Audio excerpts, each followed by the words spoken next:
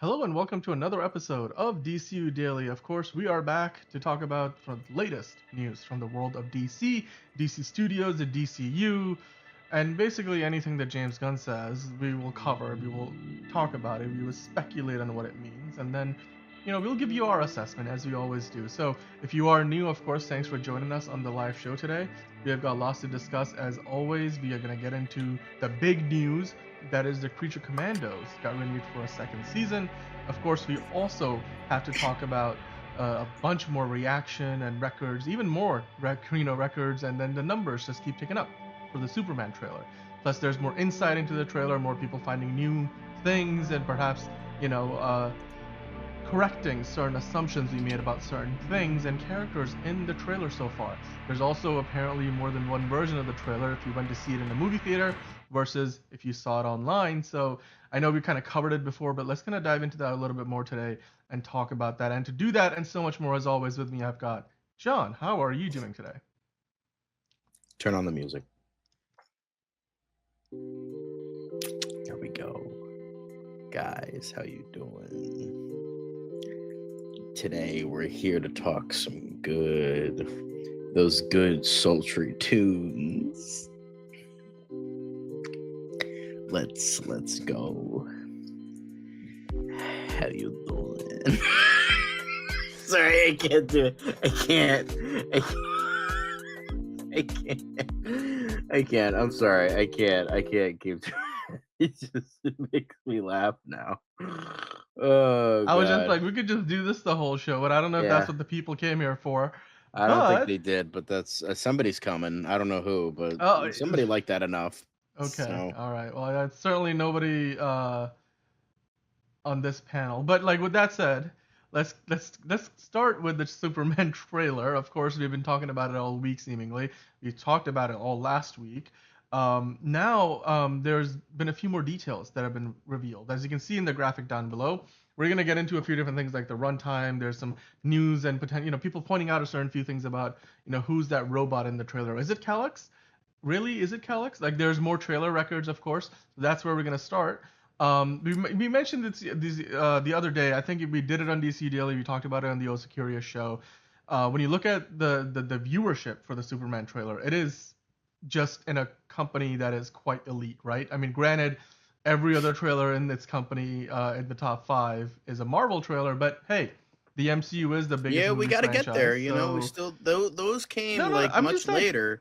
So, it makes sense though, right? Because those movies, like literally no movie on this list minus Superman because it hasn't come out yet, had made less than $1.3 billion. And the $1.3 billion was for Deadpool and Wolverine. And I know that there's a number going around where Deadpool and Wolverine actually ends up at the top of this list because their number comes out to like 365.5 or something in terms of like 365 million views.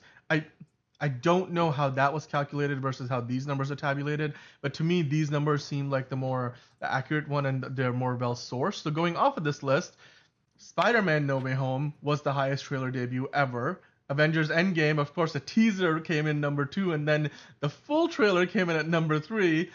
I'm getting the feeling, given that this teaser trailer for Superman got 250, it's possible that when the full trailer releases in the Super Bowl, that it might actually have the potential, depending on if James Gunn plays his cards right with the marketing, which so far he has, it could potentially, go even higher than 250. Or certainly end up like dethroning Deadpool Wolverine, out of the top 5, which sits right below it at 242, which, by the way, was for the Deadpool and Wolverine teaser trailer, the very first one. Of course, with Spider-Man No Way Home, a lot of people were like, oh my god, how many Spider-Man are we going to get? How much Doctor Strange are we going to get? So there were a lot of questions. With Superman, there's a whole universe worth of questions, John.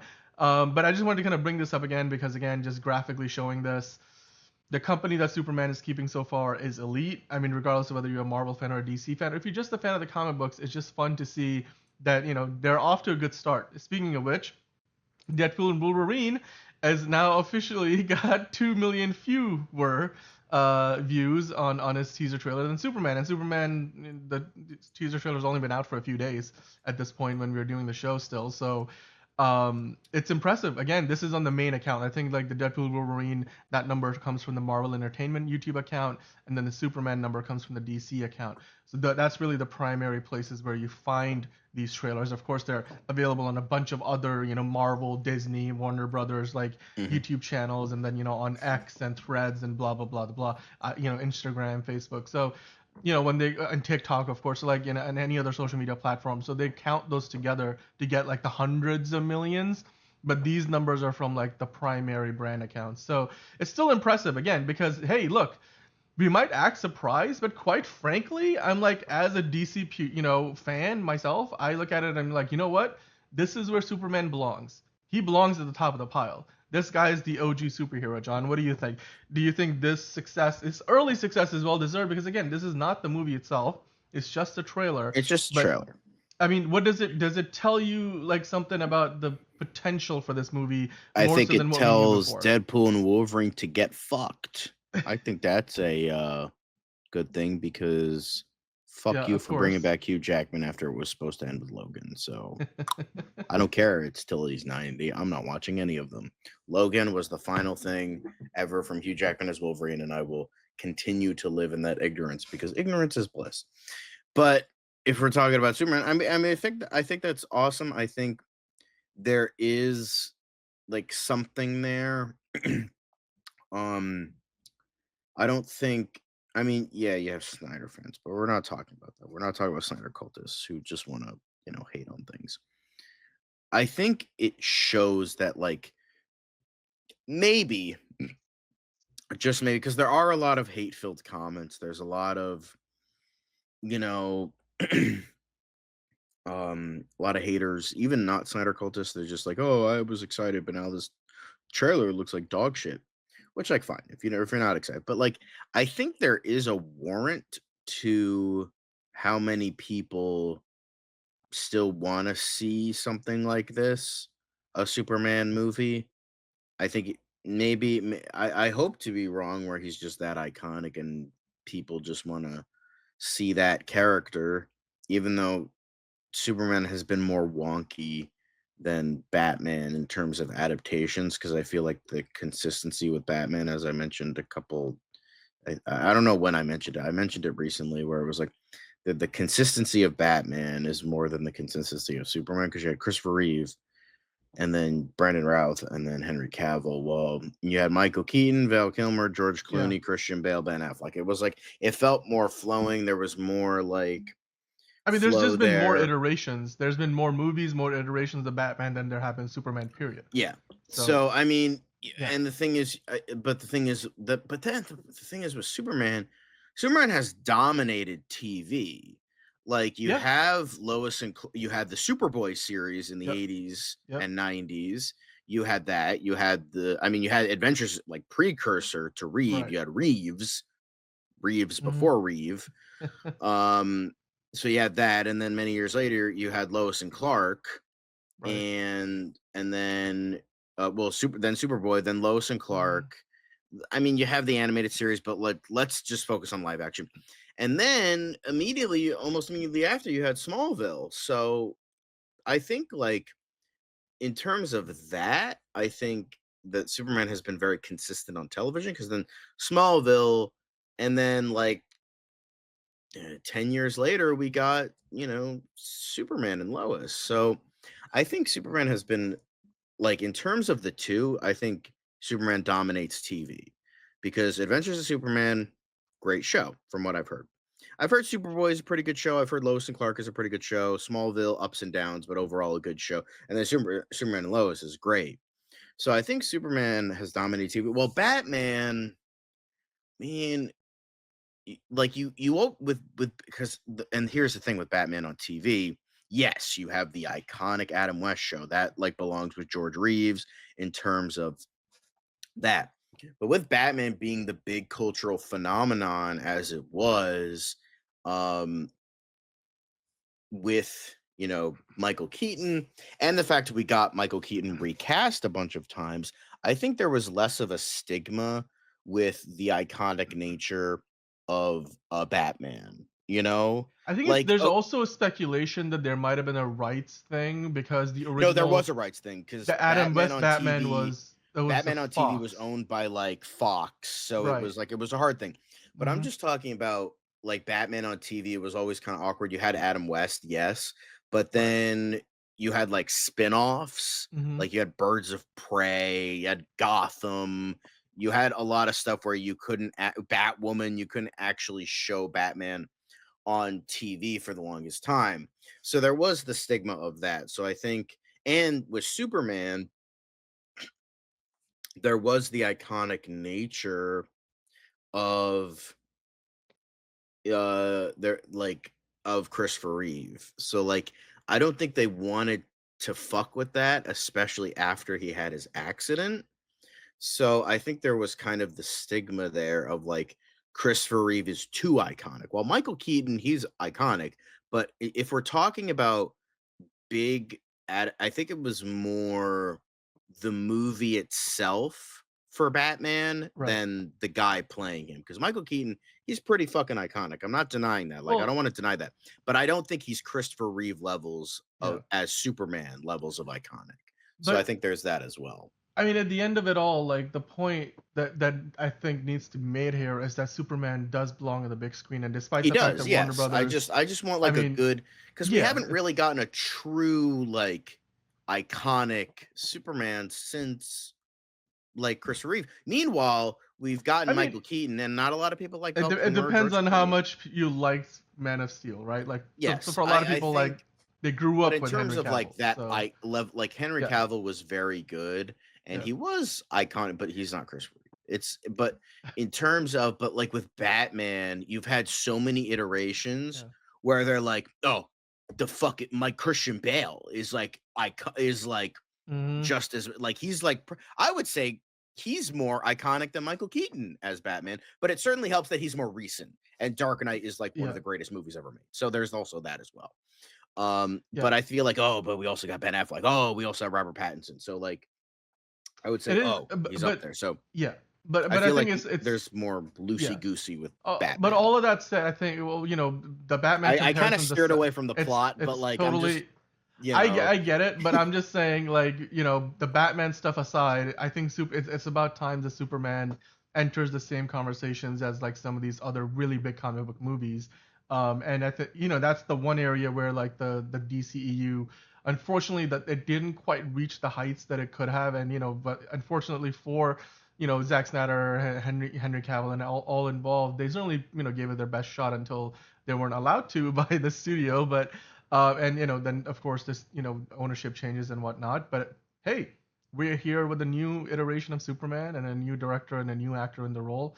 And I'm glad that when you compare Superman's trailer numbers, the company it keeps is hopefully a harbinger of what is to come in terms of the success at the box office. Speaking of which, I just saw this online today, and then James Gunn actually retweeted this or rethreaded it. I don't know what you call that on threads, but this Matt posted that, hey, got my ticket to go see the Superman trailer in Dolby Cinema tonight.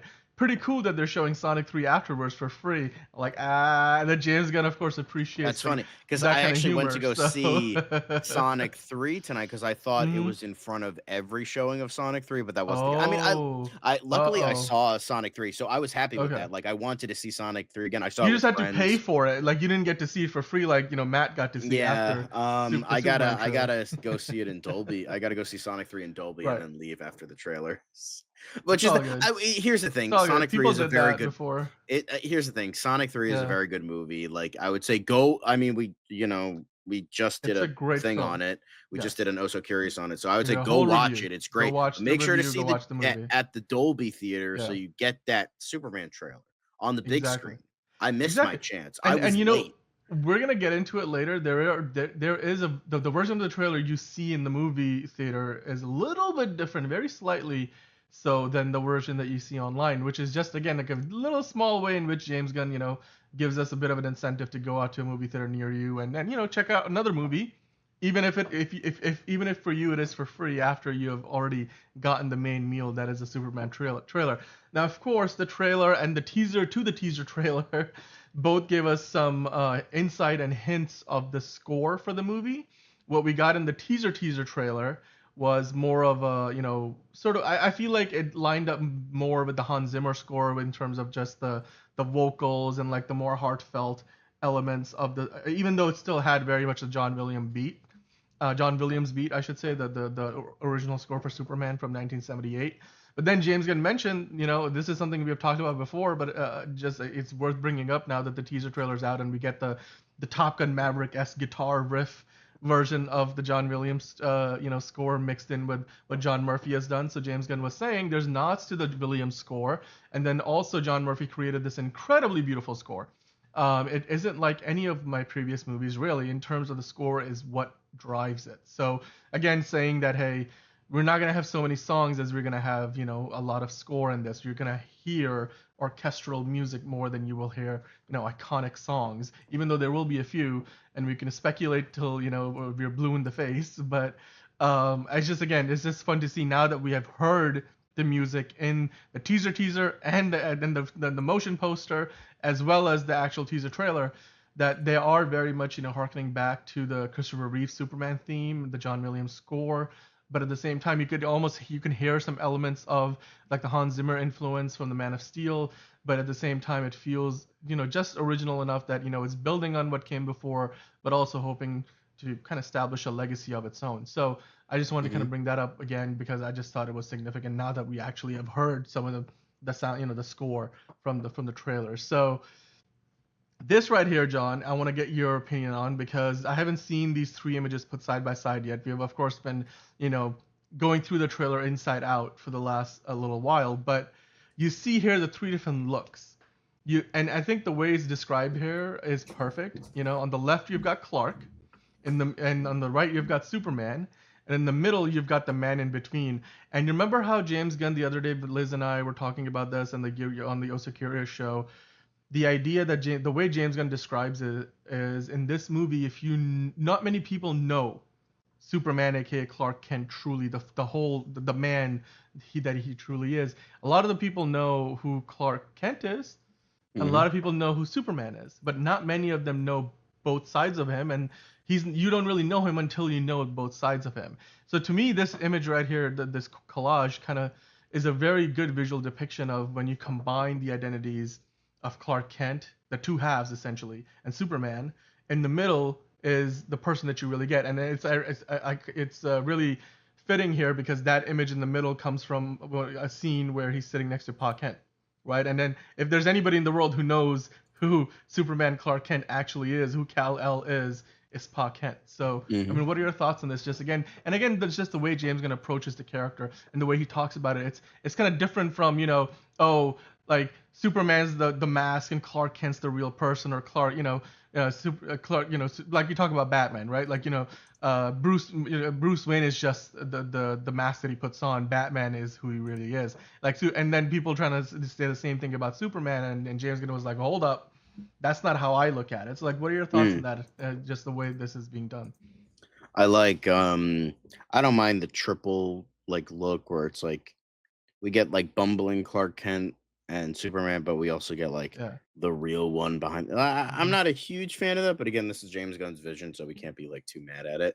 But I always preferred that dweeby Clark Kent is that's who he really is. That's who I mean, obviously he does have to put on a little bit of a facade, like, but I like to personally view it as,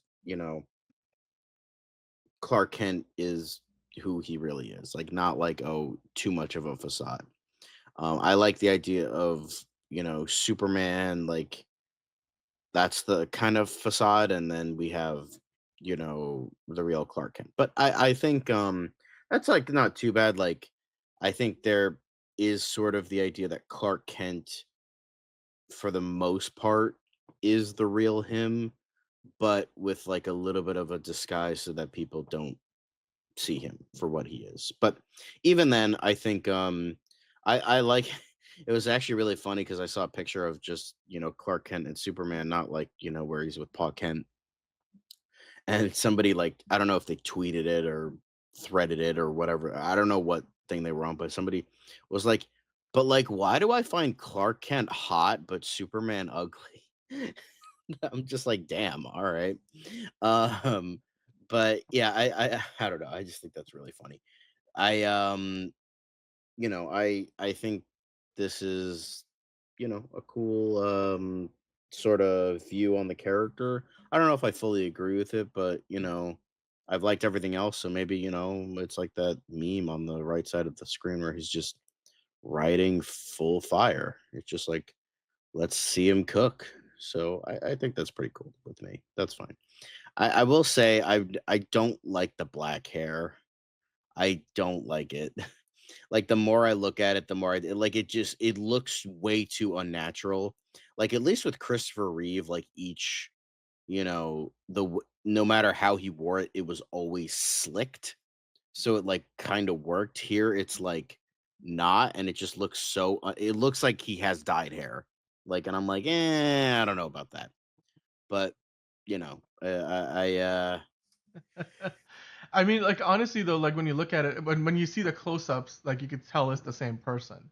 But the idea is not just the fact that he looks the same, right? we're Because also you're the not gonna. audience. That also It's helps. exactly like so we've got a very different perspective than like if you lived in his world. But it's also the idea of like the mannerisms of everything, right? Like we talked about how, or we have talked about how Christopher Reeve's Superman, like when he would play the role of Clark Kent in those scenes with like Lois Lane and other people that did Daily Planet, like he would be hunched over or his mannerisms would be different. It's like, and you're seeing that here because we didn't really get to see a ton of that in Man of Steel because he didn't really get to the Daily Planet until the very end of the movie. And then even in BVS, it felt like yeah, he was this enterprising reporter, but I mean Henry Cavill sort of the way they dressed him in there, he didn't, it wasn't that classic quintessential comic book version where Clark Kent is almost like this, not like a bumbling fool, but clearly like he's wearing a suit that's 2 sizes too big. He's a little like clumsy. He's wearing the glasses that are obviously change the way you look his appearance. Whereas the Henry Cavill was mostly just Henry Cavill with glasses on, and was wearing like a check like a flannel or something with with Mhm. khakis, like working at the Daily Planet. So you know Gotham, crime, water, wet. But like all of that stuff, like we didn't get a ton of it, so I'm glad that we're getting more of that here. And of course, the trailer gave us all of these shots. Now, James Gunn also recently confirmed, John, that the runtime for the movie is going to be under 2.5 hours. Now we live in in an era in a time when like Avengers movies or like even non big team up films, some of these comic book movies. I feel like I don't remember exactly what the runtime for the Batman was, but even that, for example, felt like it That was was. 3 fucking hours, man. Yeah, so like I mean, there's so many of these movies, whether it's a big team up or otherwise, like even like solo adventures. It's very common for superhero movies to be almost like 3 hours long. Zack Snyder's And fucking Justice League. I mean, Jesus well, it's fucking four, Christ. 4 hours. That's like That you that gotta took sit through me that took me a whole work week to a whole finish. Like, that took me afternoon, a 5 night. days to finish. Like, I was like, Jesus fucking It's Christ. crazy. No, but what do you think about this though? Like again, under 2.5 hours. Do you feel like given the amount of things they have to do in this movie, the amount of characters, the amount of, I I would mean, say we I'd don't know like to how much see it story there is, but like, at do you think it's a good I mean, I amount of don't want to time? see it like I think the Yeah, sweet spot is like hour 50 to 2 hours 10 minutes. yeah. Somewhere in between there, But you got to I think remember, we're like, good. you also have to give like 10, 15 minutes for credits, right? So like, if it is two and a half Without hours, credits, right? let's say. Yeah. If that's the case, Hmm. hour 55 to 2 hours 15 minutes with credits. So credits are usually 5 to Yeah. 7 minutes depending on the movie. Usually for effects heavy stuff it's usually 5 to 6 minutes, maybe 7 minutes depending on the VFX work. Like for like something super heavy like Endgame and stuff like where it's like very like big and like a lot of cosmic stuff in space and a lot of green screen. Yeah, but obviously we'd have to see. It doesn't really matter. But as long as it's like, yeah, as long as like, oh, it's under 2.5 hours and it's 2 hours and 29 minutes. Like, don't fucking pull that shit. And don't make it like, oh, it's 90 minutes. It's like, all right, don't get me wrong. I love a short movie. I prefer short movies a lot of the time I, because I don't they're think effective. James. Yeah, I don't no, think I it would agree do with you. 90 minutes. Look, I think that every movie has I don't think it's I going to be less than 2 hours. I think it's like going to right. be 2 hours, 10 Yeah. minutes, maybe 15 minutes, like if I were to Yeah. guess. And I And think that's a I good spot to be that's in. probably a good. I mean, to me, like I'm thinking it's probably 2 hours 20, somewhere in that range. But it's not so much for me the idea of like let's guess what the runtime is right now because it's so far. Like let's be honest. James Gunn doesn't know what the runtime for this movie is right now. They still have months of editing to do and VFX work. So the final runtime is not decided yet. They don't know that. They won't know that until they've got a final cut for this film. They were doing some additional photography for the movie not that long ago. So it's chances are that I mean, yeah, James Gunn probably has an idea of what ballpark, which is why he says it's under 2.5 hours. I wouldn't hold it against him if it goes over 2.5 hours or if it somehow does end up being 2:29, like 2 hours 29 minutes. But for me, like every movie has a runtime that is like its ideal runtime because it's the rhythm of the film, the story you're trying to tell, and certain Hmm. movies can be a brisk 3 hours. Other movies can be take you forever to go get through 90 minutes, right? We've all seen movies where we're sitting there looking around us and then looking down on our watches or our phones and wondering, this thing is like taking forever. So like for me, um, like I would look at it the situation and say, okay, whichever runtime they come up with, as long as it keeps your attention, keeps you entertained, and James Gunn gets to tell the story he wants to tell and tell it completely without like feeling like, oh, like for example, in BVS, right, the theatrical version, Warner Brothers was like, cut out half an hour because if you take out the 30 minutes, then we're gonna get more screenings. And like so, Zack Snyder was like, you know what? Yeah, if you take out this one entire character and a bunch of other scenes, you still pretty much understand most of what's happening. Except like you could really tell that those 30 minutes were probably more important than maybe even Zack Snyder considered.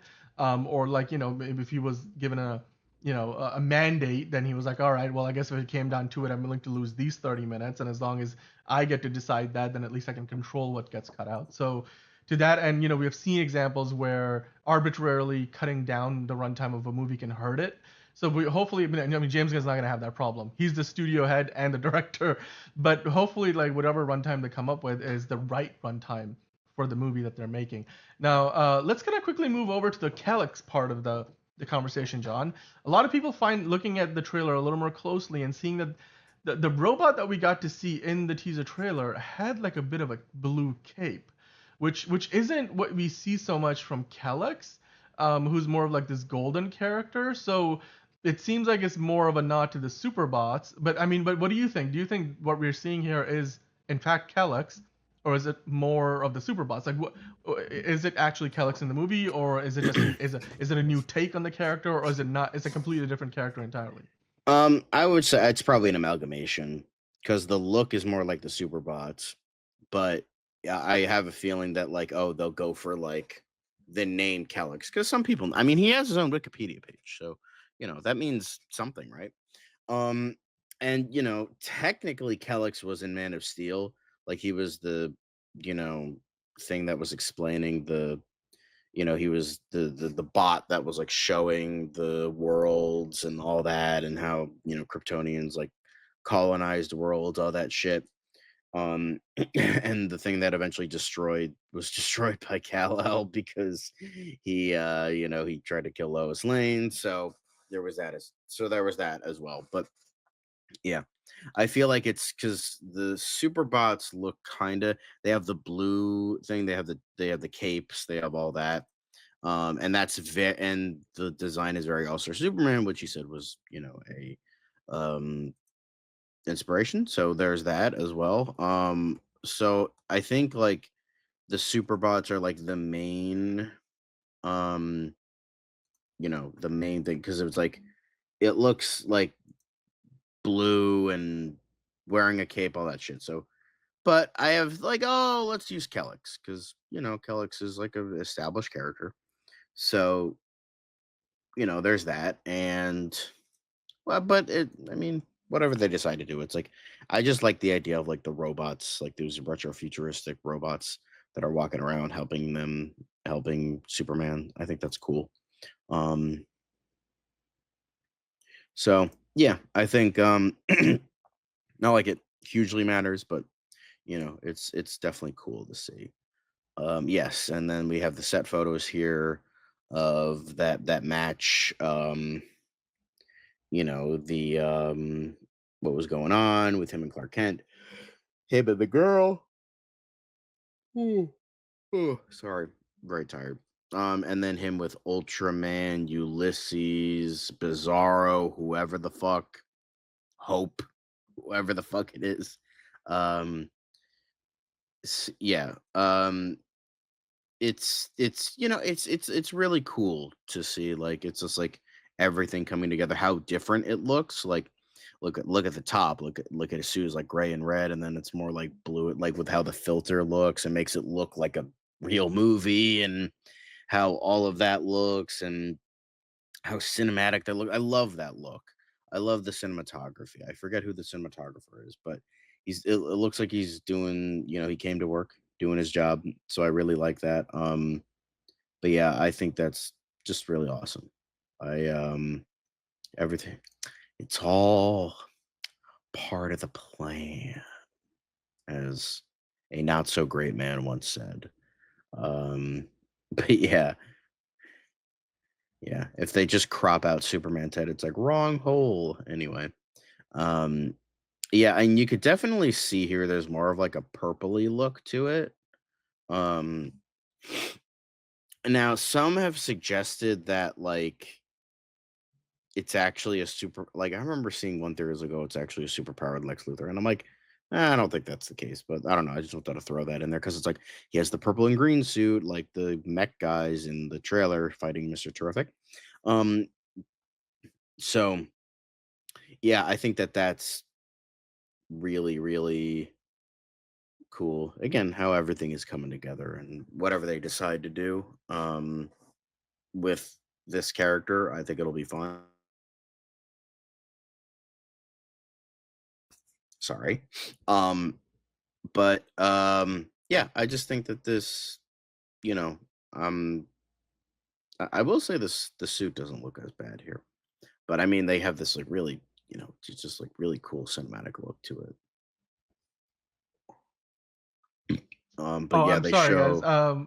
Was my video still off? Oh, there we go. I'm back. Yeah, they're showing off Lex Yeah. Luthor in sunglasses. They show off Mr. Terrific a little bit, Yeah, I and a wanted to couple bring other this up things. because the other day we were talking about this a little bit, and the Yeah. reason I wanted to really kind of like mention it again is it's just another example of where, James Gunn is asking us, "Hey, I'm giving you a little bit extra if you want to go to a movie theater and watch this in a movie theater." And even if you have seen the trailer online, and it's 95% the same thing, like if not even like 98% the same thing. But you do get a little bit of sprinkle of a couple of things that are not the same thing. So you do get, I think there's a look at Mr. Terrific. Like here, somebody shared like the shot of Lex Luthor with like the sunglasses. You got Ultraman, and unlike the online trailer where you get like a miniature look at Engineer on top of Luthor Corp, here you see the Engineer on the left. So I mean, hey, like it's, if you watch the trailer online, you'll miss a bunch of that stuff. But if you happen to go to a movie theater, you see it before one of the movies you're checking out, whether it's Sonic the Hedgehog 3 or Mufasa, which by the way, if you remember, the original rumor was that they were gonna put this trailer out before Mufasa.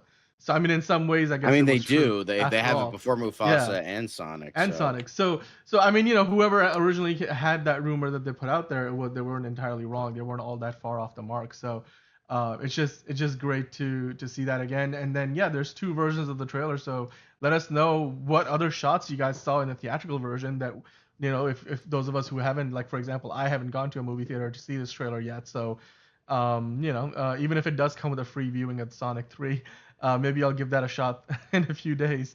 But it's just fun to see again that we have this extra incentive to go check that out. Now, John, I wanted to get your opinion on this. Just give me maybe a couple of reasons why you think, because this is an ongoing debate online, and you guys can let us know in mhm. the chat and whether it's a live chat or the comments down below, what your opinion on this is, because I feel like there are people land on both sides of the aisle. A lot of people are on the fence, but there were rumors that, of course, Robert Pattinson wants to be a part potentially be a part of the DCU, and he wouldn't necessarily mind seeing his Batman cross over into the same world as David Cornsweet's Superman.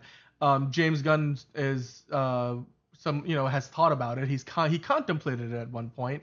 As of right now, as far as we know, that's something that he thought about early on, and then brushed that idea aside. And Yeah. then, according to the rumor, Matt Reeves has always been on the fence about it, because if he does bring, his Batman, Robert It's Pattinson's just Batman, it too. just it will maybe then constrain him a little bit, because now you have to kind of play with so many other happenings in the DCU that does your plus. I mean, the fact that they're working on a Brave and the Bold, all of a sudden, does that mean our what 20 something Robert Pattinson Batman have a kid? Like, how does that anyway? What do you think, John? What do you think Yeah, about the who's idea of well, I combining the mean, worlds? Matt Reeves confirmed he's a fucking virgin in this universe, so it's like, how does he have a fucking kid? He said that too. He's like, yeah, he doesn't really Fair leave. enough. He's a kind of agoraphobic, so like, yeah, he's not really meeting bitches out in the wild, especially not, Talia al Ghul. Yeah. But yeah, I get like the idea, like the very, very, very surface level idea of like a lot of people love Pattinson, a lot of people love the Batman, and they're like, okay, you already have something kind of established, work that in.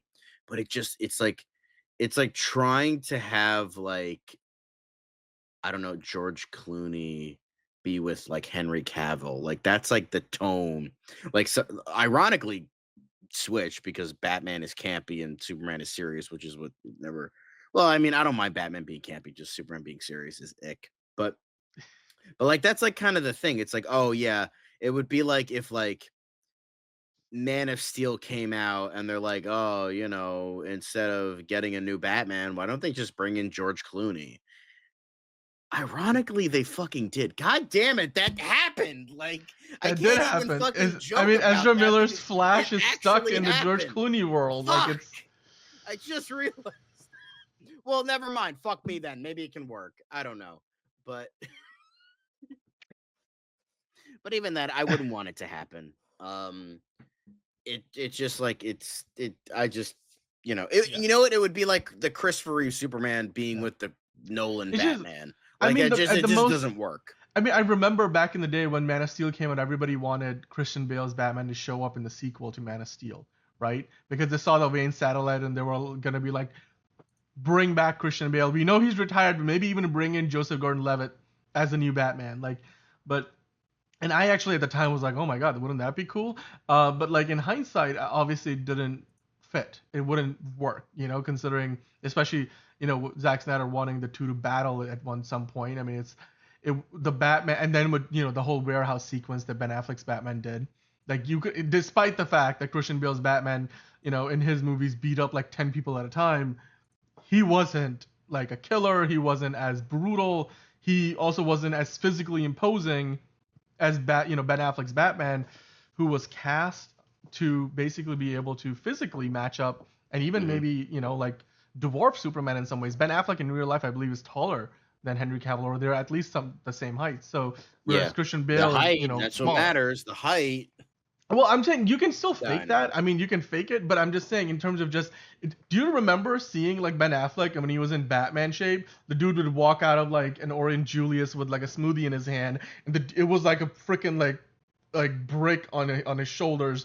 Like he was so jacked he couldn't put his arms down his side. He was like this, literally walking around with like it was. I just remember those photos still Yeah, exist on the internet. Go check that out. Like Ben Affleck worked for that role. So yeah. I mean, yeah. I was But literally anyway, just watching something earlier today. It's funny that you mentioned this.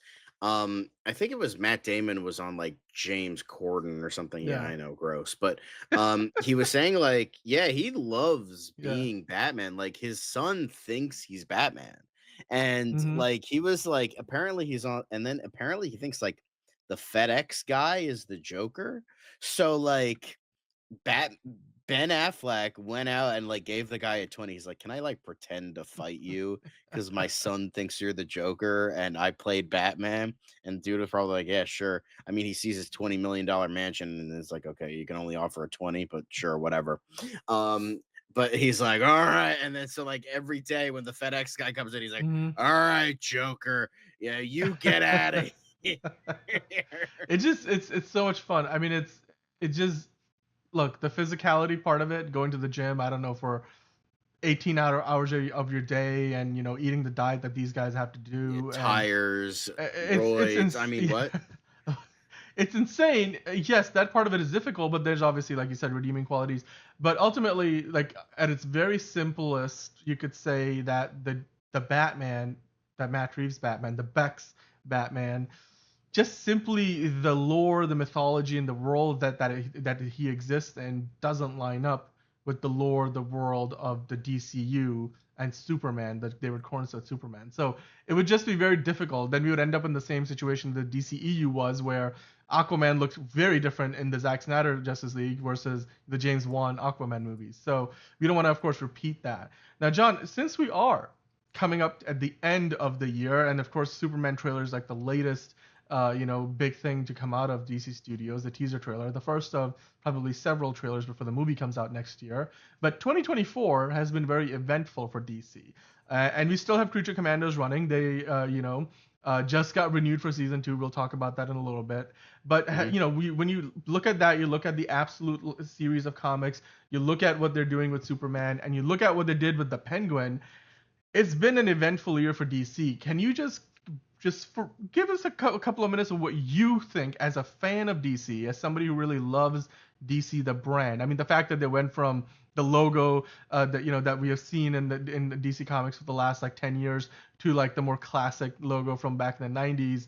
There's been so many changes. Like the DC brand has been just revamped, refreshed almost, and it feels like there's a lot of positive momentum behind it for all the projects that are in the works, the projects that have come out, and the projects that are set to come out. I mean, the Absolute Batman was the highest selling comic of the year, and it wasn't even close.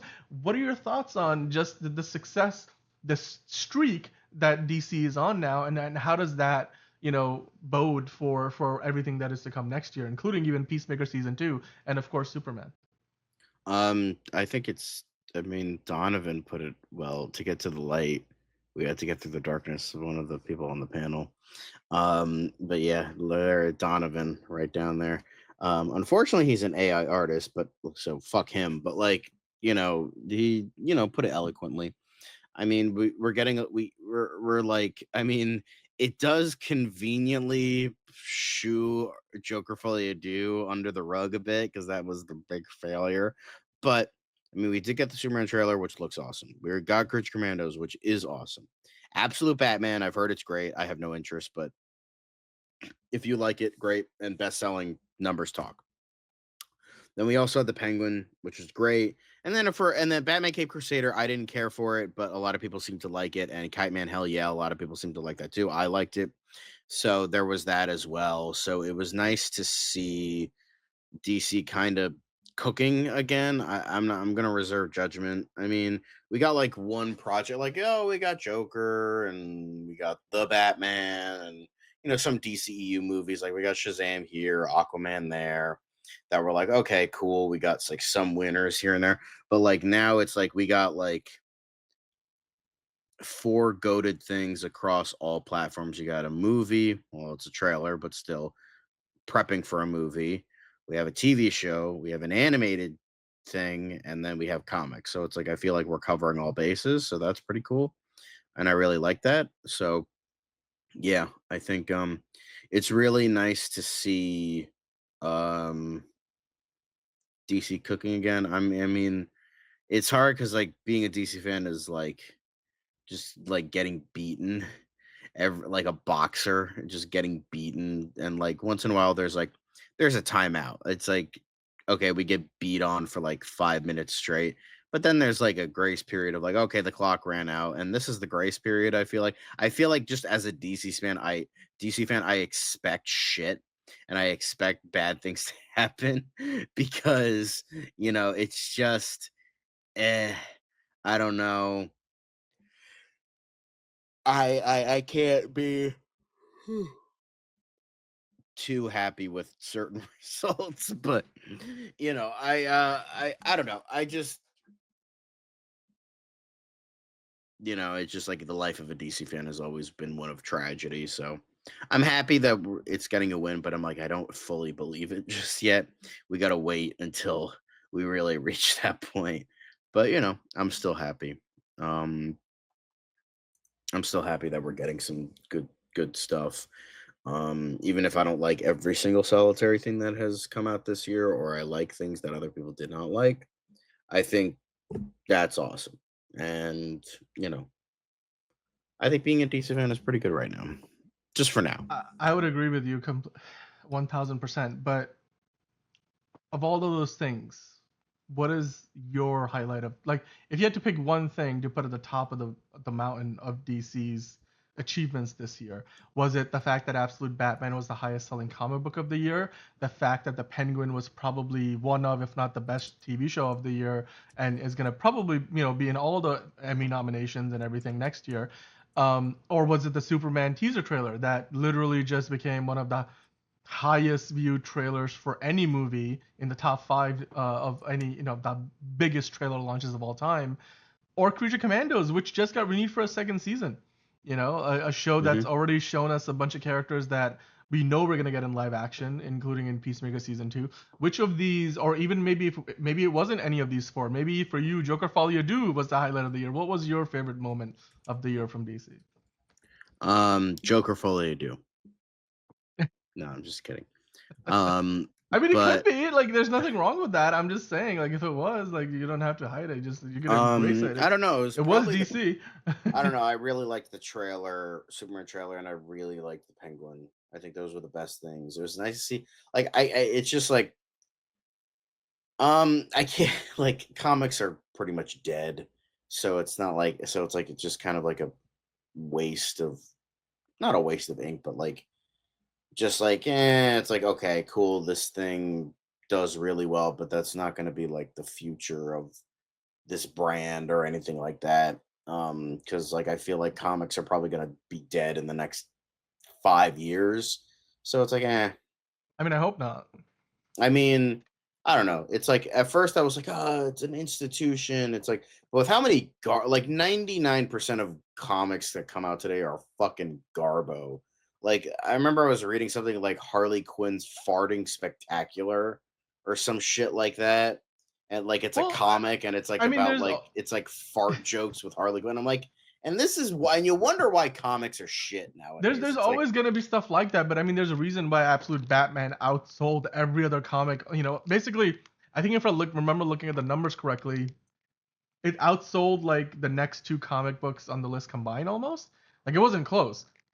Right, it was like the highest selling comic of the year. So I mean, and regardless of whether you like it or not, I'm just saying it's clearly the people are, that they're voting with their dollars, so, or with the wallet rather. So there is the fact that maybe for every, I don't know, 9 comics that suck, there's probably at least still one or two good ones, but perhaps that's not good enough to help the medium survive. But then again, if it is still the most successful genre of movies out there, they're still gonna need inspiration from somewhere. So I do hope that even if it becomes even more niche thing, I hope comics don't completely die out for the sake of the movies and TV shows and all the characters and stories that we all love. Hopefully it will recover. Maybe, I mean, and that's why we like to encourage you guys to go and get your favorite comic. If you're interested in us doing an episode about this, let us know in the comments, because what I've been thinking about doing is potentially, let's like take a look at the trailer for Superman, and let's go in and let's pick out like the key characters, moments, and scenes maybe, or if there's like a shot that looks like a straight out of a panel from a comic book, or a certain location or a certain company, and then we can find you guys a comic book that would be a great entry point for you guys to learn more about that character, that setting, or that, maybe that superhero in particular, or that comic book panel, that just got translated into a live action shot for Superman. Like that could be something really cool. And then that, if you are somebody who wants to read more DC comics and is obviously a fan of the franchise, then that could be something that, if you'd like, we can definitely do that video, and we'll get you all kinds of recommendations. I'm sure James Gunn has a bunch for you as well. So if he shares any, we will share those with you as well. Now, with that said, John, mm, let's move over and let's talk about some Creature Commandos news, because of course Creature Commandos, it's onto its episode 5, right? This week is episode 5. and there's only 7 episodes, so we're coming up, pretty close to the season wrapping up.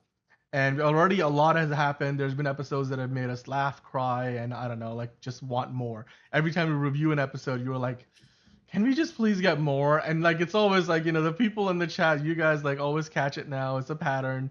But it's a good thing because John is left wanting more. That's a And that's what you compliment want to because it's see. just like but at the same Yeah. time, I also don't understand why it's 22 fucking minutes. Like, give us half an hour, you cretin. Yeah. Well, I mean, look, like we talked about it. Maybe it will eventually end up on an Adult Swim, in the night at night. So then you need time for commercials. Maybe that's the reason. Who knows? But or maybe there's still commercials on a lot of the. If you have a tier, the ad-supported tier of Max, then you probably still get commercials. So for those of us who have that, you add the commercial time with the show time, you're still committing a half hour to watch each episode. But I hear what you mean, John. I do hear what you mean. It's also a matter of like the structure, the episodic structure, how it, as somebody who's written scripts, like if there's a certain act structure and stuff, and which ties into the runtime and innately. So yeah, I understand that too. But having said all of that, John, we are getting a season 2 now. It's official. Now, before we get to the actual announcement, I want to quickly share this because James Gunn shared this, and he was just like, "Hey, man, it's the festive time of the year, and it is. Happy holidays to all of you guys watching, whichever holiday you celebrate, whether it's Christmas, Kwanzaa, Hanukkah, or just the holidays. Happy holidays. May the next year be prosperous." It's a really cool animated, holiday card, if you want to call it that James Gunn got from Studio IM Animation and the talented animators at Bobby Pill Studio. So yeah, he's sharing that with us. Happy holidays from the Creature Commandos, and I just love this. Not just because it's great animation; it's clearly like the same people who did the intro for the show, but it's also the fact that hey, James Gunn has not forgotten about Creature Commandos and all the buzz for Superman. What do you think? I don't know. I just like how he's like typing at the computer. It's like gonna be like created for television, written by, produced by, directed by, co-chairs for, and he looks like he's about to Ozu's fucking dad. die, and then he's like, just like, oh, give me fucking 5 seconds of a nap, like that's what he Everybody needs, knows. bro. Bro needs a nap. But you know what? That is true leadership, right? Like you lead by example. And the James Gunn way of leading by example is he will literally be the hardest working person on set and in the office. So you just look at him and you're like, It's if just the he only can thing do I'm judging that him on is that he's and he using doesn't a have to, fucking then so can MacBook. I. Like, what a fucking loser. What the, dude, just get over yourself. Like half the world uses MacBooks. I have literally, hold on, since I can brag about this. There's a pile of 3 MacBooks right there. Yeah, you need to buy 3 of them because they keep There's breaking another because they're one shitty right there. machines. Dude, they all work. They're all usable MacBook. There's 3 right there. There's another one right there. I've got like 2 more in a backpack somewhere. I've got one in a drawer right here. An Bro, how many iPad. like It's this one's for porn, this one's for job number 1, for job number 2, for it's job number pretty much 7. pretty much. I Like half how of them many are mine. fucking Half of laptops them do are you mine. I've need? also got a Mac Mini back there. I've got like I've got 2 Windows desktops. It's like I've been blessed to have the resources that once upon a time I did not have, but now we have access to it. But you work for that stuff, and of course James Gunn, I'm sure he has worked really hard to be in the position that he is in, which is to, if you think about it, green light, because he's the man in charge, right? So who else is gonna? I mean, yes, the people over at Max have some say in it, but if James Gunn was like, I don't care to do a second season of this thing, then it wouldn't happen. So, in a manner of speaking, James Gunn himself is partly responsible, as well as, of course, the executives over at HBO and Max, for greenlighting a season 2 of Creature Commandos. So, John, with this news now official, Variety reported it, The Hollywood Reporter, Deadline. We're gonna pull up this article here. I wanted to kind of quickly get into a little bit of what this article says, because it talks about just the role everybody on the back end is playing, and then there's a note in the press release from the programming head at HBO and Max Comedy, Amy Gravitt. So this was part of the official announcement for Creature Commandos season 2. So she went on to say, only James Gunn could have conjured this wild band of misfit monsters who tug at your heart and force you to root passionately for them. We couldn't be more delighted to continue their stories with James, Dean Lorey, who is the showrunner, Peter Safran, the other co-CEO of DC Studios, and our fantastic partners at DC Studios and Warner Brothers Animation. John, What are your thoughts on getting a second season of the show? And of course, the fact that they're announcing it well before the first season is even over, that's got to bode well for the show, right? The fact that this is the very first thing that DCU did, and now that very first thing is getting renewed. Like we had, like, for example, in Star Wars, the Acolyte got canceled after the first season this year. Yeah, because it We sucked. so I mean, it's like, just because you have a good streaming, and there were a lot of fans, there was a petition for it. So like, just because you make something that may be good, like, doesn't mean it's gonna. If people are not watching it, it's not gonna get renewed. It's not a guarantee. The Penguin, we don't yet. I mean, yes, they're talking about it, but we don't know yet officially if it is being renewed or not. But for this to be the first DCU, project, and now we're getting a season two, clearly it speaks to the success of the franchise already. It's another, like, stripe in James Gunn's a suit as the leader, the main man over at DC Studios. What do you think about this? What do you think this Well, means the only for the main DCU? man at DC is Lobo. Let's just get that perfectly clear.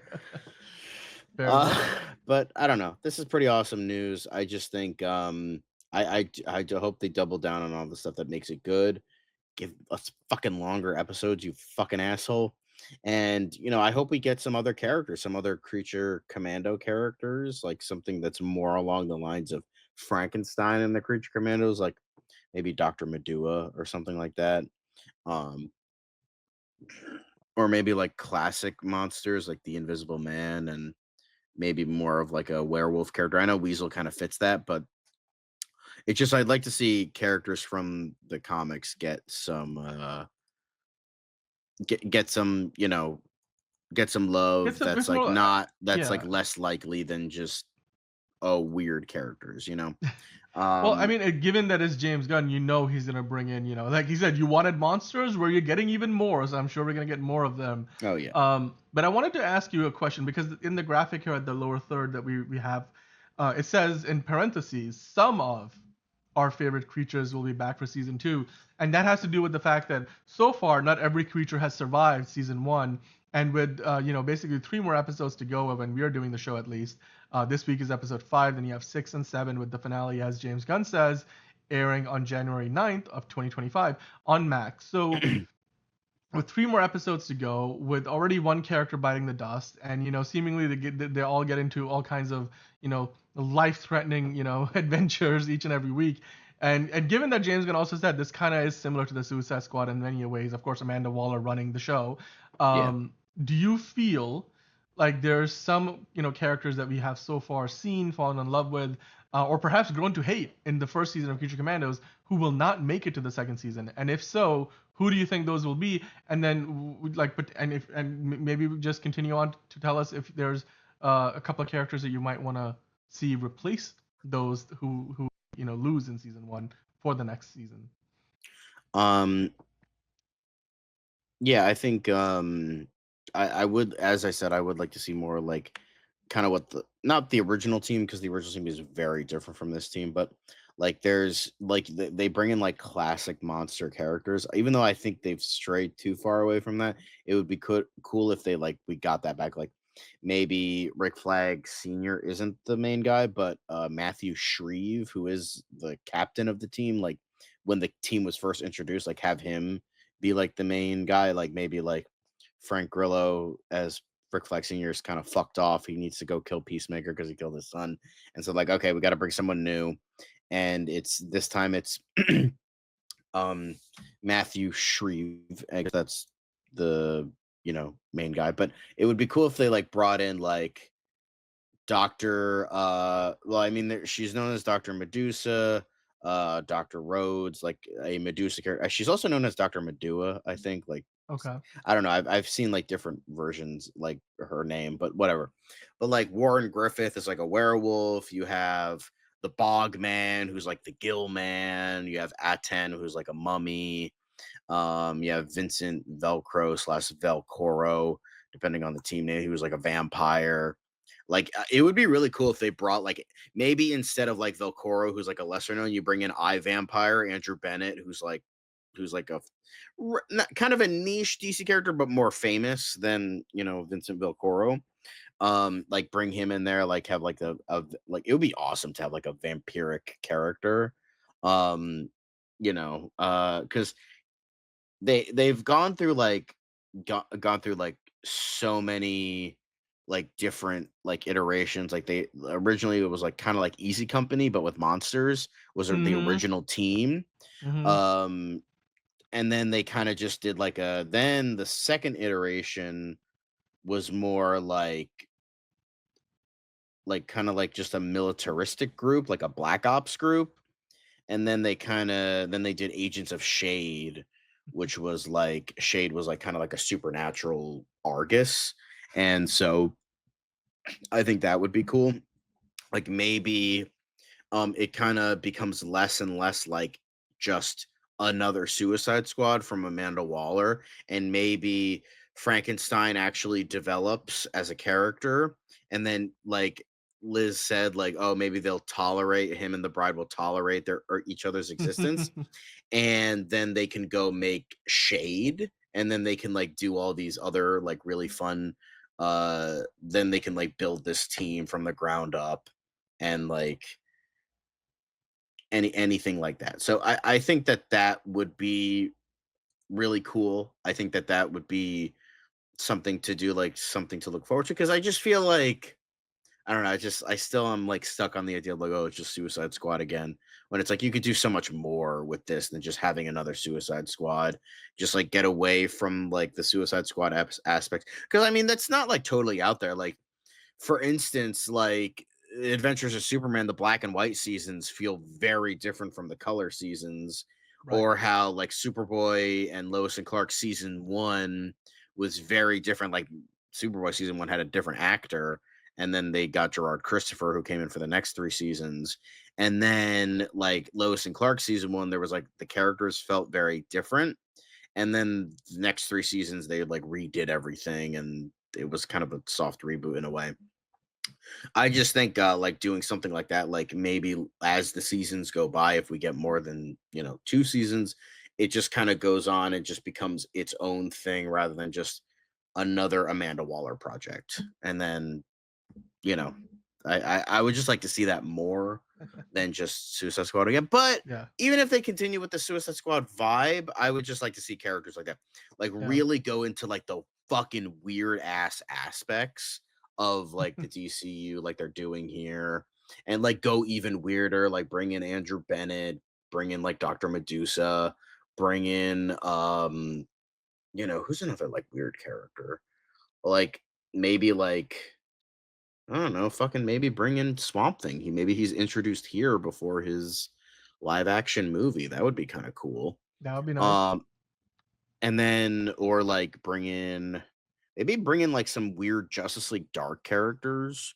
that are like like Ragman or Black Orchid. They're kind of like You weird, can not like almost do totally like monster. backdoor pilots for those in the animated form before you turn them Right. into something live action, which will cost a lot more money to do. I also love the title in Spanish. I just can hear it like Commandos das criaturas, like like Yeah. on Max or something. It's just great. Agora Max anyway. But yeah, Um, maybe even bring in because the Agents of Shade, because you do have like that's what like where Frankenstein, Bride of Frankenstein, and Nina Mazursky come from. mhm. Like the newest iteration, I think they were introduced in New 52, but like you could even bring in Ray Palmer here because he was on the Agents of Shade Creature Oh, Commandos. okay. Yeah, And then you can bring in these other characters like Warren Griffith, who's a werewolf, Callus, who's a mummy, and yeah. then Matthew Shreve. So that could be pretty cool. So like, you have that aspect that's introduced here, but like other things as well. So yeah, I think I'm just really curious with how like Nina Mazursky is like, okay, what hidden power do you have? Because it just feels like you're just kind of getting yeeted all the time. Like I I love her, I like her vibes, but yeah. like we've just like seen her in a bathtub half the time. So it's like, I come mean, on, eventually, I do bet you there's gonna something. be a payoff to that. But what Yeah. I was just gonna like say or ask you actually, of all the characters that you see in the first season, similar to maybe like what we got with Harley Quinn and Kite Man getting his own spin-off, do you feel like any of these characters deserve a spin-off after season one? And perhaps that's why they don't, show up in season two.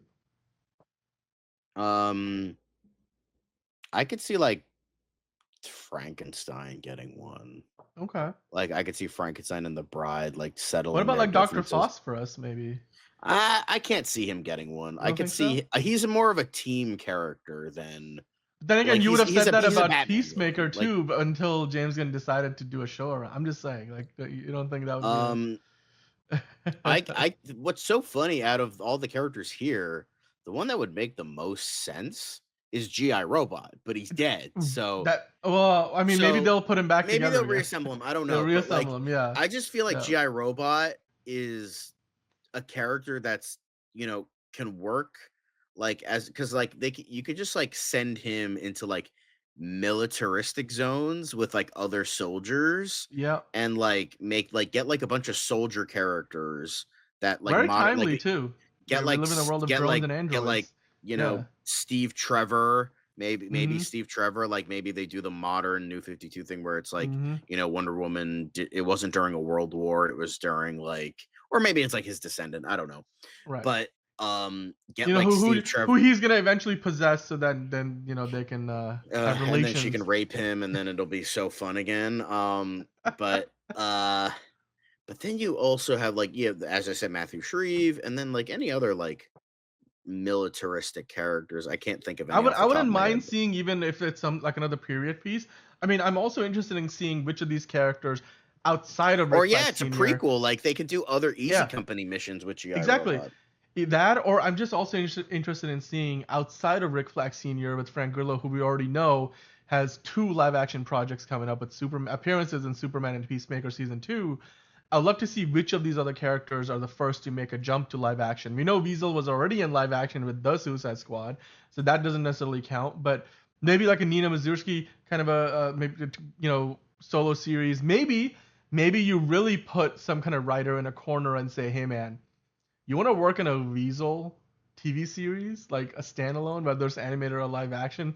I mean, don't we all want to see more Weasel, especially like justice for Weasel, and like hopefully, somebody who's clearly very misunderstood in a lot of ways and framed for things he didn't necessarily do gets some redemption. I mean, who knows? Maybe Hmm. that will be resolved by the end of season 1. But if not, then I would love to see that be either a story thread that they can, continue on into season 2, or give him an appearance, or maybe even his own little TV show spinoff. Because that's the other thing, right? Like we got something in the form of Kite Man that a lot of Hmm. people loved, especially if you were a fan of Kite Man, and even like the other characters like that version of Bane in Harley Quinn.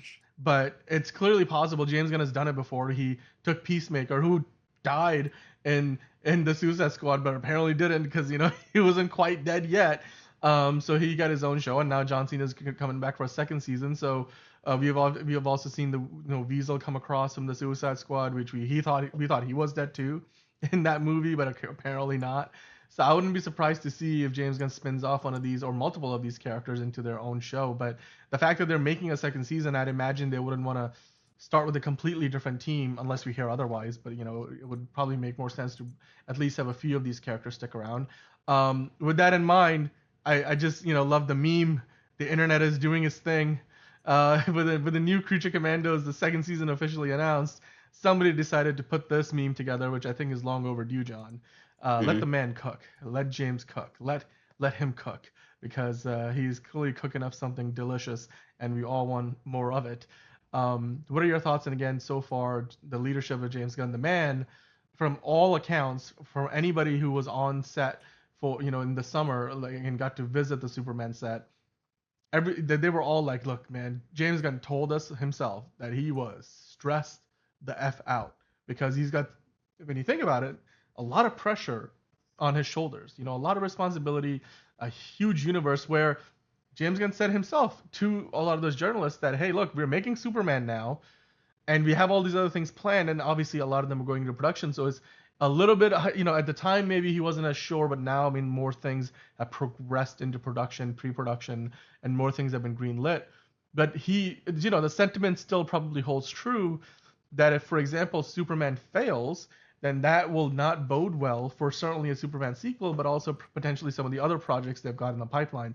And now that we have gotten a renewal on season 2 for Creature Commandos, obviously that's one thing where James Gunn can like maybe take a deep breath and be like, okay, you know what, so far what we have put together seems to be working, because Creature Commandos they want more of.